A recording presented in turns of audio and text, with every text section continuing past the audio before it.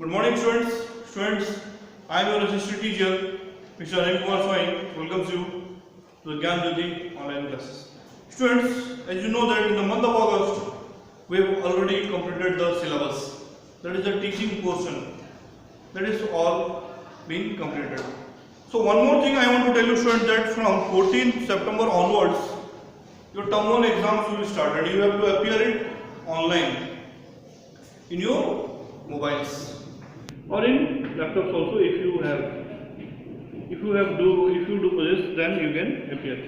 So before that, I want to tell you that there are all total 27 chapters in your syllabus. Okay, students, 27. So from that 27, some chapters have been deducted. Okay, reduced to make you burdenless. Okay, so what are the chapters, students? First of all, I will tell you. That is history. Let's start from history. It is chapter number 2, New Kings and Kingdoms. Then, students, chapter number 5, Architecture as Power. Then number 6, Towns, Traders and Craftsmen. Chapter number 8, Popular Beliefs and Religious Debates. Okay. Then, students, come to Geography. Chapter number 2, Interior of the Earth, Rocks and Minerals. Chapter number 3, Our Changing Earth. Then, students, it is chapter number 7, Human Environment Settlements, Transportation and Communication. Okay. Then come to Civics. Chapter number 2, Democracy. Sorry, students, the chapter number name of the chapter is Institutions of Democracy. Chapter number 5, Advertising. Chapter number 7, Markets Around Us. Okay, so these are the chapters which have already been deducted from your syllabus. Okay, so let us first do the exercises of section 1 history. Chapter number 1, when, where and how. Students, in this chapter we have studied that from where we will know about the traces of history. What are the clues and evidences to study history, and why do we study history? So, students, the first one is from the exercise section.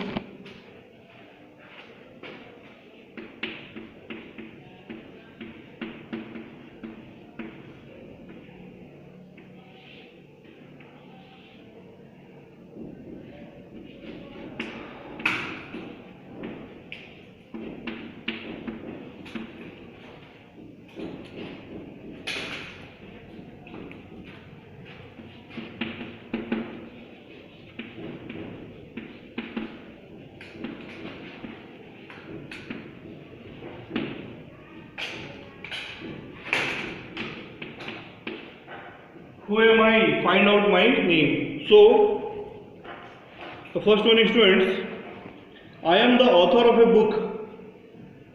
The title of my book is Akbar Nama. My name is, means the question here is that who is the author of the book Akbar Nama?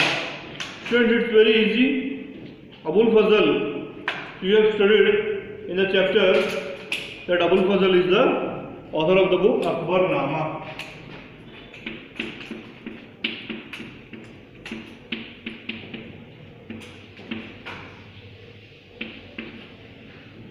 Second one,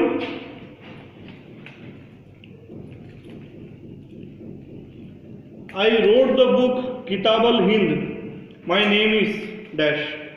Students, here also the same question, that who has written the book Kitab al-Hind. So that answer is, students, al-Baruni.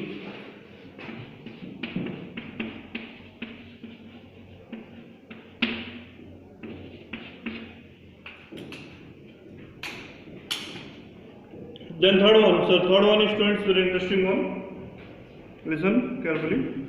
My name was used for a group of people who lived in the northwest of India. Means a group of people were staying in northwest of India. So the rest is, this is mentioned in the Rig Veda. Okay, then later the same name was used for the entire country. My name is. So that particular name, what is the name that was used later on? Nowadays also we are using that name of our country, that is called Bharat.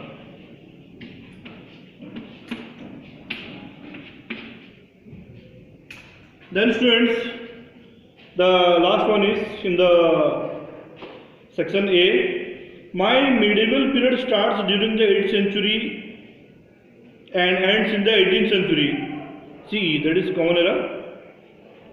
My medieval period is divided into the early medieval and the later medieval period. My name is, so what is the name? That is also India, the Indian history. Okay students. So students, this was the section A. Okay, the first one is Abul Fazl, then Al-Biruni, then Bharat, then India. Okay. Then we will move to section B.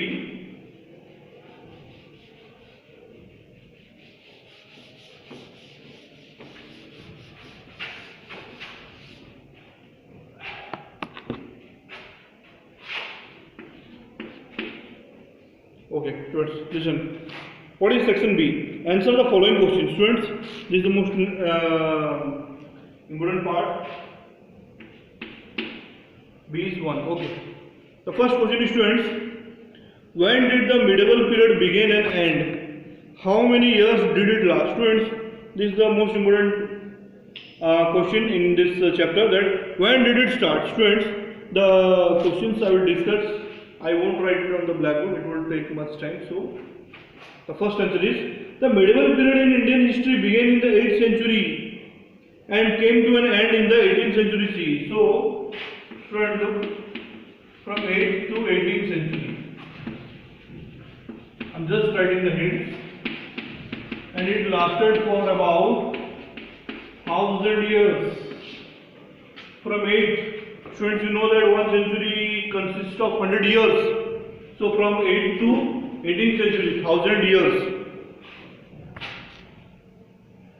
Okay, students, then next we will move to, why do historians treat 8th century as a turning point in India? Oh, this is one of the best questions in this chapter, that why it is considered as the most important period, why it is the turning point. Okay, then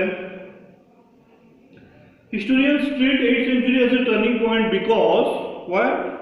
Many important changes occurred at that time. Means many important changes occurred at that sort of time. Political disunity, the rise of Indian feudalism, and increased contacts with other civilizations, and these were some of the changes that occurred during this time. Okay, then we'll move to the third question. What is the third one? Which major event in India marks the end of the medieval period and beginning of the modern period? Okay, students, you know that till 18th century it was medieval period, then modern Indian history started. Okay, so what was that point? Which major event? What was that major event? The 18th century saw the gradual breakup of the mighty Mughal Empire and the rise of the Britishers. Students, you know that Britishers ruled over us for more than 200 years. So, after the disintegration of the Mughal Empire and gradually the rise of the British Empire, they came to India as a trading company, East India Trading Company, but later they took advantage of the disunity of the different empires of our country, and they started to rule over. So this was a major event. Okay, then which period signifies the medieval period in Europe? Okay, students, medieval period in Europe is different from ours. So in Europe, medieval period began. Look, in the fourth one, what is the answer? In Europe, medieval period began in the 6th century and ended in the from 6th to 15th century. Okay, their medieval period was different. Okay, from 6th to 15th century in Europe. Then students, question number 5. What is question number 5? The coins gives us valuable information about a particular period in history. Explain how. So how the coins of that era gives us important information. If we dug out a coin from anywhere inside the ground, then what the type of information we will get? Okay, the answer is, the coins depict the dates and figures of rulers. The coin depicts the dates and figures of rulers. Suppose, students, I am the ruler or king of an empire. So my ruling period, my reign will be inscribed there, okay, minted there, and my picture also may be there. And the medieval coins have the name of mint as well. They help us to fix the chronology, okay, from where it was discovered and the time of means manufacturing. In addition, these coins provide clues about the metallurgy, art, religion, and trade links also. So, what type of art? We suppose a dance form is inscribed there, a village pic is inspired there. So, these are the different things which are inscribed in that coin. Then, students, we will move to the next section. Students, that is the C section. C is the students filling the blanks.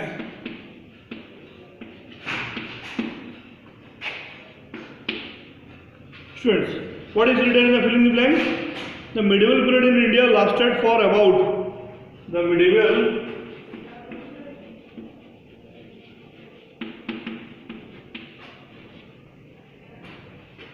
period in India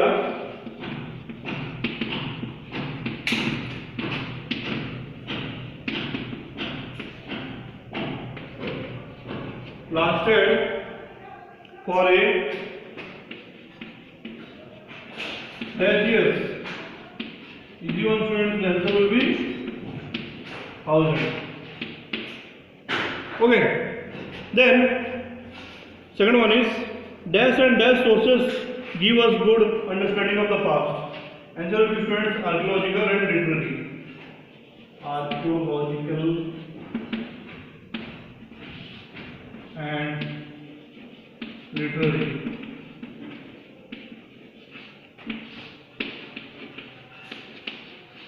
Archaeological and literary sources give a good understanding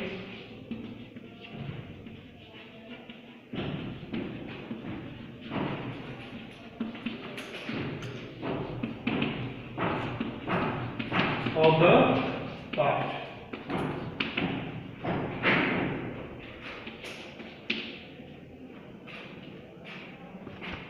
Students, then number 3, the study of coins is known as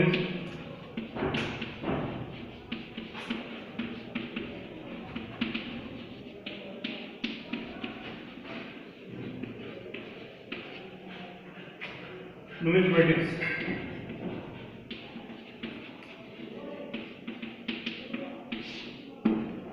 Numismatics. Okay. Students, then next is the word India comes from the river. Okay, and I will rub it, then I can write here.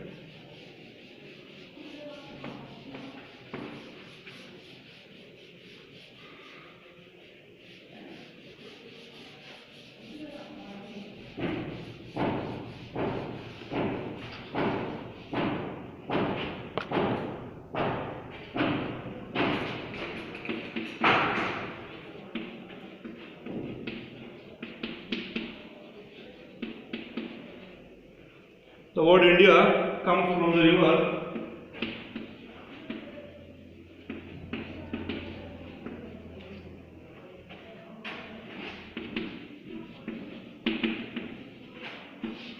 it is easy one, student, it will be Indus.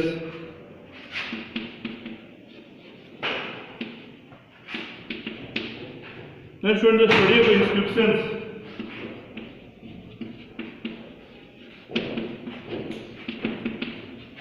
The study of inscriptions is called.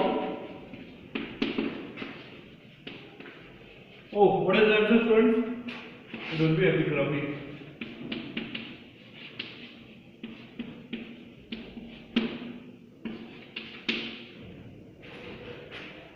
Then, students, next is the Europe of medieval times was one of the Europe of medieval times.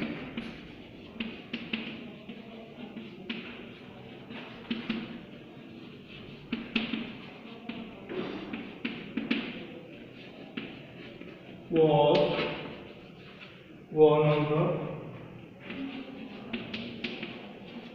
Europe of medieval times was one of the most dash continents of the world. It will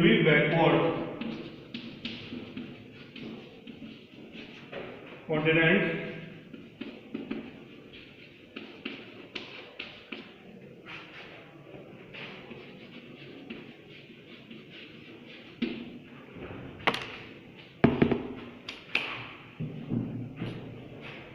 Then friends, it was the end of the filling the blanks. Then we will move to the next section, that is students. Now we will move to the next chapter. Okay, students, as you know that I have told you in the first part of the video initially that the second chapter, that is the new kings and kingdoms, that is not in your course, so we don't have to study that. Students, then next is chapter number 3, the Delhi Sultanate 1206 to 1526, Common Era or AD. So we will do the exercises of this chapter now. Okay, the first one is students, as you know that the chapter is all about students. In the first part of the exercises in section A, guess who am I, means some hints are given, clues are given, that we have to write the answer, that what about whom we are speaking. The first one is, from a slave I became the founder of the slave dynasty.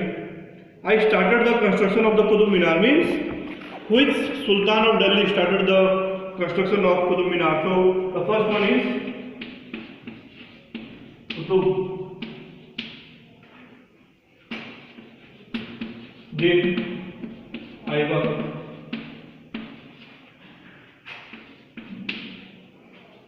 Okay, students, the next one is,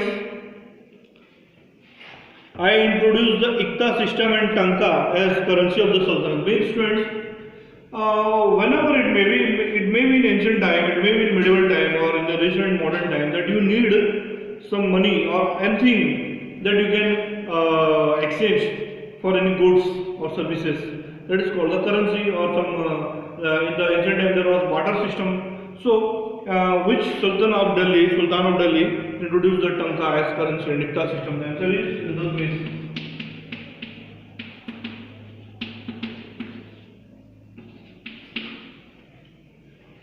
The third one is, I tried to fight the Mongols and lost my son in the struggle. So who was it? It was Balwan.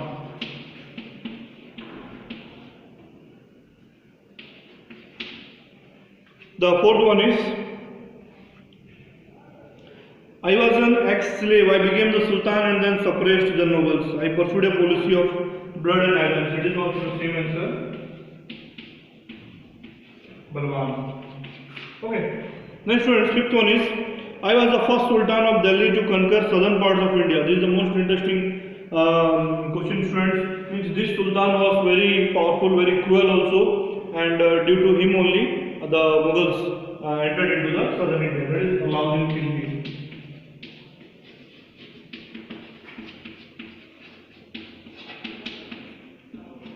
Then students, the last one is number 6. So after Alauddin Khilji, then we will go to number 6. I undertook many experiments, but I was hasty and impatient. Means he was in a hurry always, and this was the main cause of my many failures. So answer number 6 is Muhammad bin Tughlaq.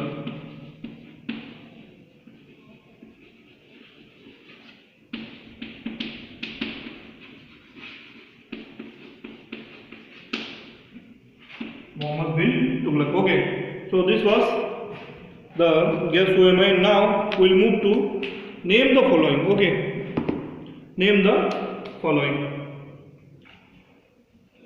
Students, now we will move to the B, section B, name the following. Means here also some one type of filling the blanks you can say. Okay, so the first one is, the first Islamic monument on the soil of Delhi. Students, Delhi became an Islamic capital. Okay, after the advent of different invaders. So the first one is the Imperial Mosque.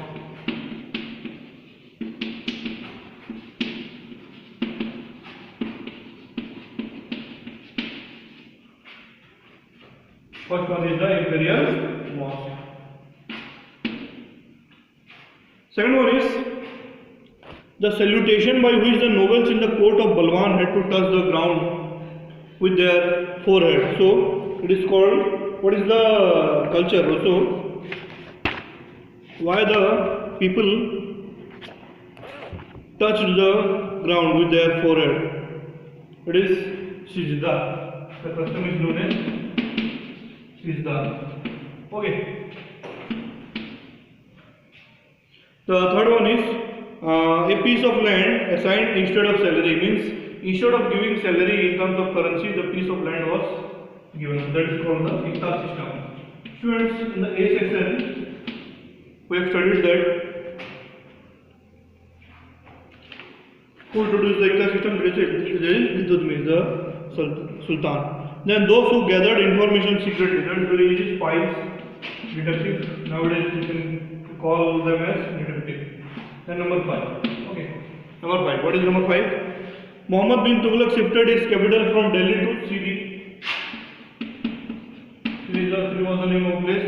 He shifted his capital from Delhi to Siri. Okay. Students, then we will move to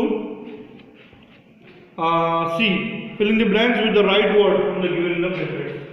Okay. Filling the blanks first. Number C.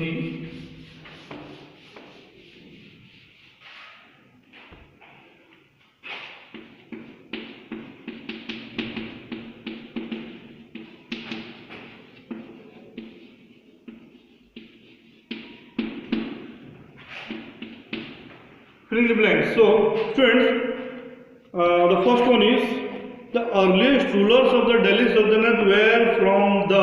Okay, where the. Okay, students, sorry, not it is not from here. Who are the earliest rulers of Delhi? So, first in the bracket. Okay, in the bracket there are 3 options. First one is Afghans, second is Turks, third one is Mongols. Okay, first one is Afghans, second is Turks, third one is Mongols. So, what is the answer, students?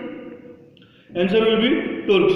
Okay, the Turks were the first rulers of Delhi Sultanate. Okay, then the second one is who was the first Muslim woman monarch of Delhi. Students, the options given here are Chand Bibi, Razia, and Nur Jahan. So the answer is Razia. Razia Sultan, that is a famous name. You must have heard about it. So what are the 3? They strengthened the position of the Sultan against the powerful nobles. So who strengthened the empire against the powerful nobles? So in options, in the bracket it is Aibak, Qutbuddin Aibak, Iltutmish and Balban. The answer is, what will be the answer, students? Balban.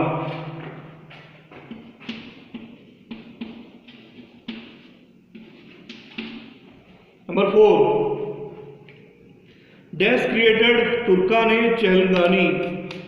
Turkane-Chehalgani. So answer is from this options Iltutmish, Babar and Qutbuddin Aibak. Students, the answer is number 4, Iltutmish. Okay, who created Turkane-Chehalgani? Okay, then option D will move to option D. That is option D is arrange the following in chronological order of rulership. So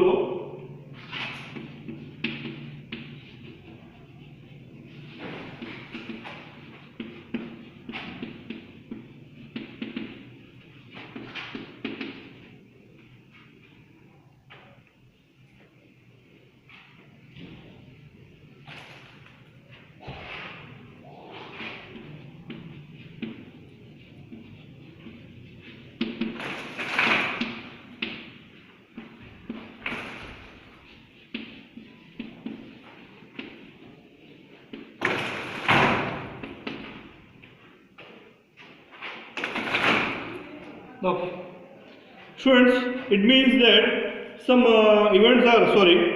some rulers name are given here. 5 total. In total 5. The first one is Qutbuddin Aibak. Second one is Razia Sultan. Third one is Alauddin Khilji. Fourth one is Balban. And fifth one is Iltutmish. Okay. So we have to arrange them here. Okay. So D number is The first one is students Qutbuddin Aibak. From starting to last it is Qutbuddin Aibak. Qutbuddin Aibak. Okay, the second one is students Iltutmish.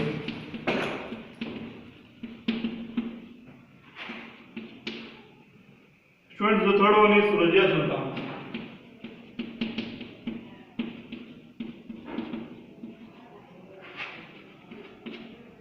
Students, the fourth one is Balban.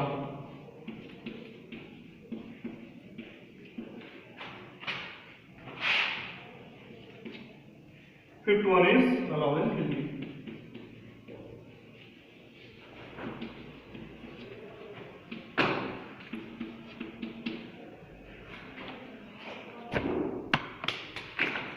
First one, students, the rulership, what the rulers were there in the Delhi Sultanate. So I have arranged them in the chronological order from top to bottom, means starting to last. The first one is Qutbuddin Aibak, second one is Iltutmish, third is Razia Sultan, fourth is Balban, and fifth one is Alauddin Khilji. Okay, students, then the last section is the answer the following questions. Okay, students, in the E part, that is the answer the following questions briefly. Okay, I will just discuss it. Answer the following questions briefly. Students, let's come to first one. What do you understand by the ICTA system? Students, in the fill in the blank, in the A section, I have told you that Iltutmish was the Delhi Sultanate who introduced the ICTA system. Okay, so what do you understand by ICTA system means?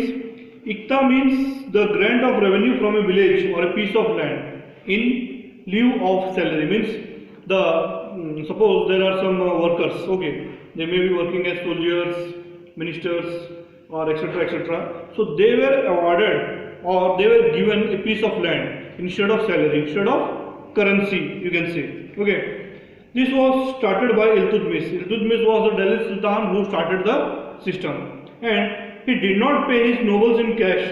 Instead, he granted them revenue of land. Students, in the when it comes to the Mughal Empire, okay, in the next, I think in the next chapter you will study about the Mughal Empire. In that section, so Akbar started a system that is called the Mansabdari system. It means that they were awarded the land instead of salary. So what Iltutmish did? He did not pay his nobles in cash. Instead, he granted them revenue of land. Okay. So this was all about the ICTA system. Then we will move to number 2. What is the question number 2? Why was Razia Sultan's nomination to the throne considered unique? Students, nowadays also women in our society, they are being disregarded, and the status of the women is low as compared to the men. Okay, so at that time when Razia Sultan became the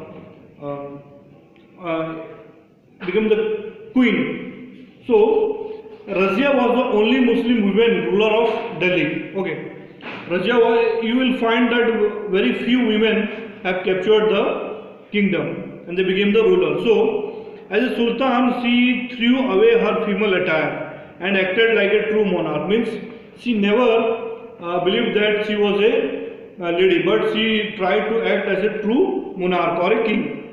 But the male nobility, especially the group of 40 Chehalgani, okay, there were some nobles, there were a group of 40 nobles. They could not accept a women sultan. Nowadays also, students, if a woman is superior to us, we feel very uncomfortable. So we don't want to follow her order. So this was also the same situation at the time of Razia Sultan. Razia tried to create another group of nobles. In the meantime, nobles conspired against her and Razia was killed. So a conspiracy was being made and Razia Sultan was killed thereafter. She had succeeded because she was bold and wise, but failed simply because she was a woman and determined to rule like a true monarch, and no one supported her. Okay, so this was the second one, students. Then answer number 3. Mention the ways in which Balwan controlled his nobles. Students, Balwan maintained a magnificent court to overawe the people. He introduced the Sisda and the Paibos system to demonstrate the Sultan was far superior than the nobles. Then they were not to consider themselves as his equals. Balwan broke the power of the Chelghani, that is the Turkish noble, a group of 40 Turkish nobles. He exalted the power and prestige of the monarchy. He administrated justice with impartiality in order to win the confidence of the public. Then, Balwan appointed spies in every department. He organized a strong centralized army to suppress the rebels and fight the Mongols. So, for this purpose, what did he do? He introduced a policy of blood and iron to re-establish law and order. He hunted the rebels, and just as a hunter chases and kills animals. So, this was the theory of Balwan. Then, students, answer number 4. What is the question, students? Let me read. How did Alauddin Khilji control the kingdoms of the south? So, we know that Alauddin Khilji was the first empire. Alauddin was the first Delhi Sultan to conquer southern parts of India. Alauddin thus ruled over an empire almost as large as that of Asoka. In southern parts, Alauddin's rule was indirect. He left the lands under the conquered chiefs. So he was not interfering directly, but indirectly he was ruling. He demanded huge amounts of tribute from the defeated chiefs. So Alauddin shared the income of the region without shouldering any responsibility. Okay. So Alauddin was ruling southern India indirectly. Then, fifth one is mention the list of measures of Muhammad bin Tughlaq that failed. So what are the measures? The first one is when he shifted his capital from Delhi to Daulatabad, that is Devgir. He ordered officers and important men to shift Delhi to Devgir. He did not shift rest of the population. He built a road and set up rest houses from Delhi to Devgir. Means in the meantime, but the journey was too long and many people died during the travel. On reaching Devgir, many felt homesick. The Sultan soon realized that he could not control North India from Devgir. So the Sultan soon realized that he could not control the south from Delhi. So he came back to Delhi. So this was the first reason. The second one is a token currency. Muhammad bin Tughlaq introduced a system of token currency. The new coins of bronze and copper had the same value as the silver coins. Token currency was a new idea in India. There was a shortage of silver in the world in the 14th century, and it was a good idea that it was difficult to obtain popular acceptance. So people minted forged coins. Forged means duplicate coins in their homes. The new coins were not popular among the traders. After 3 years, the Sultan withdrew the new coins.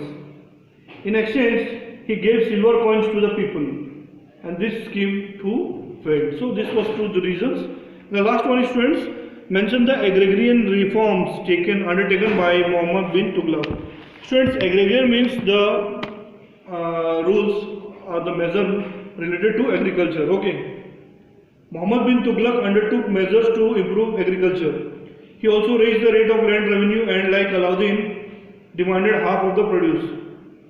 But a severe famine ravaged the country. Plague broke out and infections spread. The Sultan had to move for a short while from Delhi to a new place which he called as Swargdwari. Then the Sultan launched a new scheme to improve cultivation in Doab. He set up a separate department called Diwan-e-Amir for implementing the scheme. He advanced loans to the cultivators. He tried to persuade them to cultivate superior crops.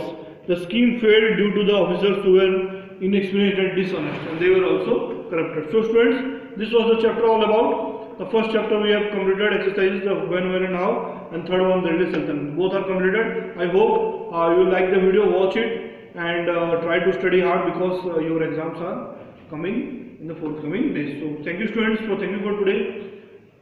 Thank you.